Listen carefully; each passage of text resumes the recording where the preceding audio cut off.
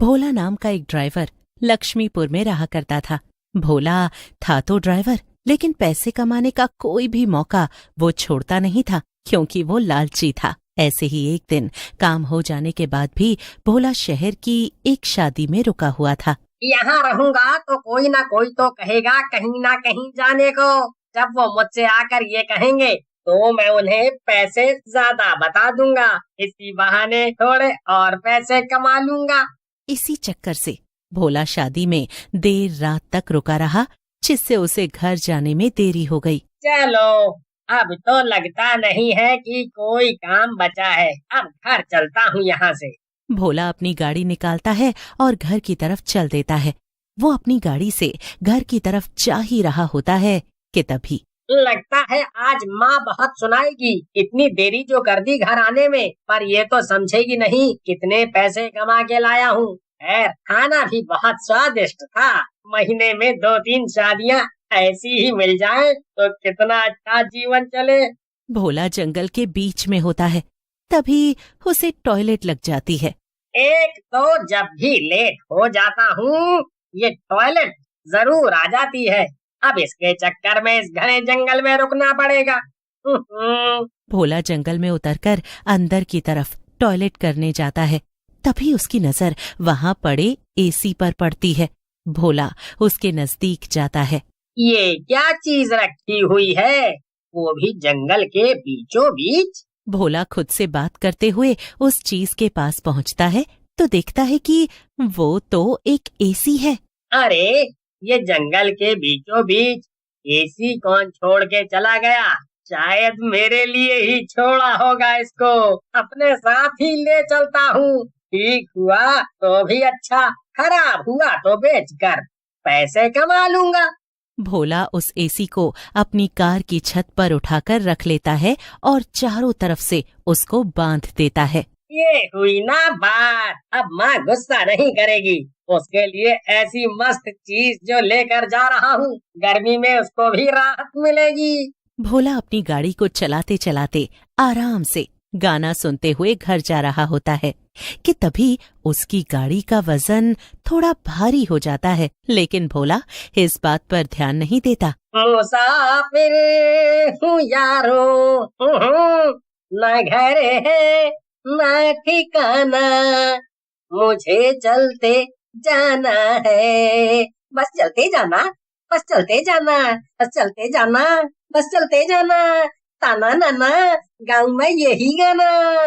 तभी उसकी गाड़ी का वजन और बढ़ने लगता है। भोला गाड़ी से उतरकर देखता है तो वो एसी वैसे का वैसा ही होता है। तो न जाने क्यों भोला को वजन महसूस हो रहा था। ये क्या हो रहा है? मेरी गाड़ी के ऊपर कोई कूद गया है क्या? अचानक इसका वजन कैसे बढ़ने लग गया? ऐसा बोलते हुए भोला दोबारा गाड़ी में बैठ जाता है, लेकिन थोड़ी दूर जाते ही गाड़ी के वजन से गाड़ी का टायर पंचर हो जाता है। अब आधी रात को इसको भी पंचर होना था। एक तो एसी यहाँ छोड़कर नहीं जा सकता, दूसरा अपनी गाड़ी भी मैं यहाँ नहीं छोड़ सकता। एक काम करता हूँ, यहीं पेड़ के नीचे थोड़ी देर आराम कर लेता हूँ। एसी भी साथ रहेगा तो कोई इसको चुरा नहीं पाएगा। भोला एसी को खोलकर अपने साथ एक पेड़ के नीचे ले जाता है। अब यहीं थोड़ी देर आराम कर लेता हूँ। सुबह होगी तो किसी से मदद मांगकर गाड़ी ठीक करवा लूंगा और फिर घर जाऊंगा। भोला एसी को साइड में रखकर जैसे ही सोता है, अचानक ही उसको पेड़ पर कोई टंगा हुआ नजर आता है।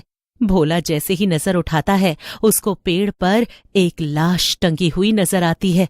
वो उठकर जैसे ही भागने की कोशिश करता है, वो लाश जिंदा हो जाती है और एसी पर बैठ जाती है। और फिर अपने साथ एसी को लेकर भोला को रोकने के लिए वो एसी ऑन कर देता है, जिसकी ठंडक से भोला वहीं जम जाता है। फिर वो एसी वहीं पड़ा होता है कि तभी एक प्रिंसिपल उस रास्ते से जाते हुए उस एसी को उठाकर ले जाता है और अपने हॉस्टल में लगवा देता है। लेकिन गर्मियों की चिलचिलाती दोपहर हॉस्टल में सिर्फ 4 छात्र बचे थे, राकेश, विक्रम, मनीष और शुभम। बाकी सब घर जा चुके थे।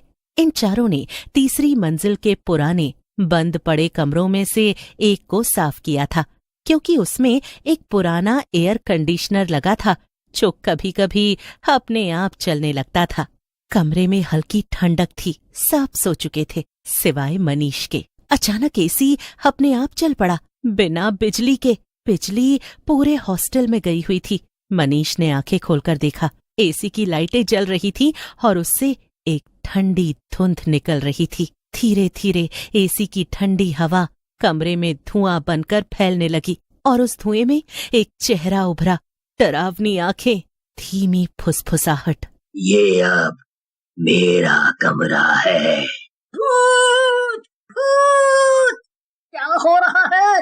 ये धुआं, ये ठंडक, बिजली भी तो नहीं है। जिसने मेरा रिमोट उठाया उसे चैन नहीं मिलेगा। आई, वो रिमोट तो राकेश ने उठा के फेंक दिया था ना। लेकिन मैंने फेंका कहाँ था? मैंने तो अपने पास ही रखा था। अब तुम सब यहीं रहोगे, हमेशा के लिए, ठंड में जमे हुए।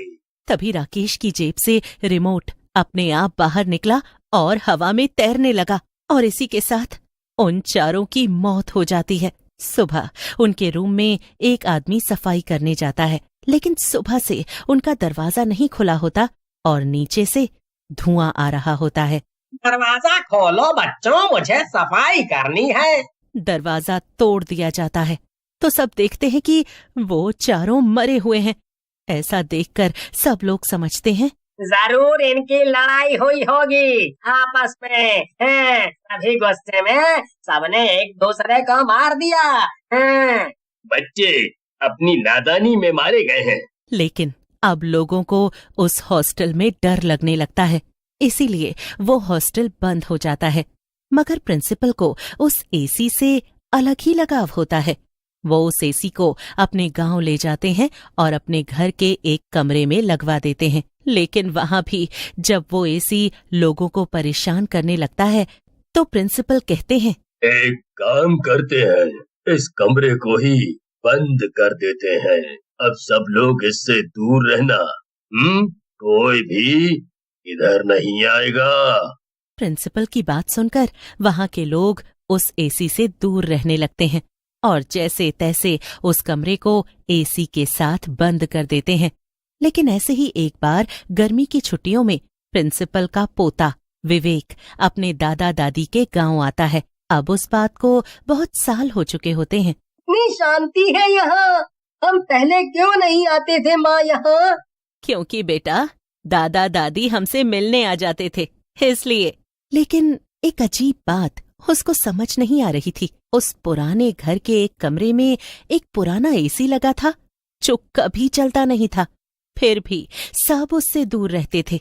बेटा वो एसी नहीं, वो भूत वाला एसी है। जब भी वो चलता है कुछ न कुछ बुरा जरूर होता है। तुम्हारे दादाजी इसको ले तो आए, लेकिन अब कोई वहां नहीं जाता।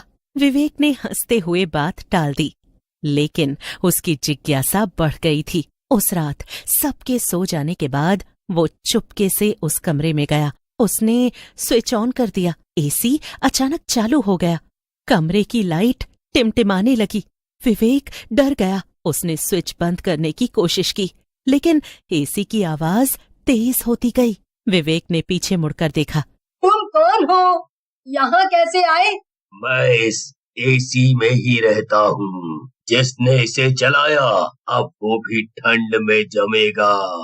विवेक चिल्लाया और जोर से दरवाजा खटखटाने लगा। घर वाले जाग गए और दरवाजा तोड़कर विवेक को बाहर निकाला। और जैसे ही दरवाजा टूटा, कमरा ठंड से जम चुका था और एसी अपने आप बंद हो गया। विवेक को बचा लिया गया, लेकिन उस दिन से किसी ने उस कमरे की ओर फिर से रुख नहीं किया। अब गांव में बच्चे उसे एसी वाला भूत कहते हैं और हर कोई इस बारे में जानता है।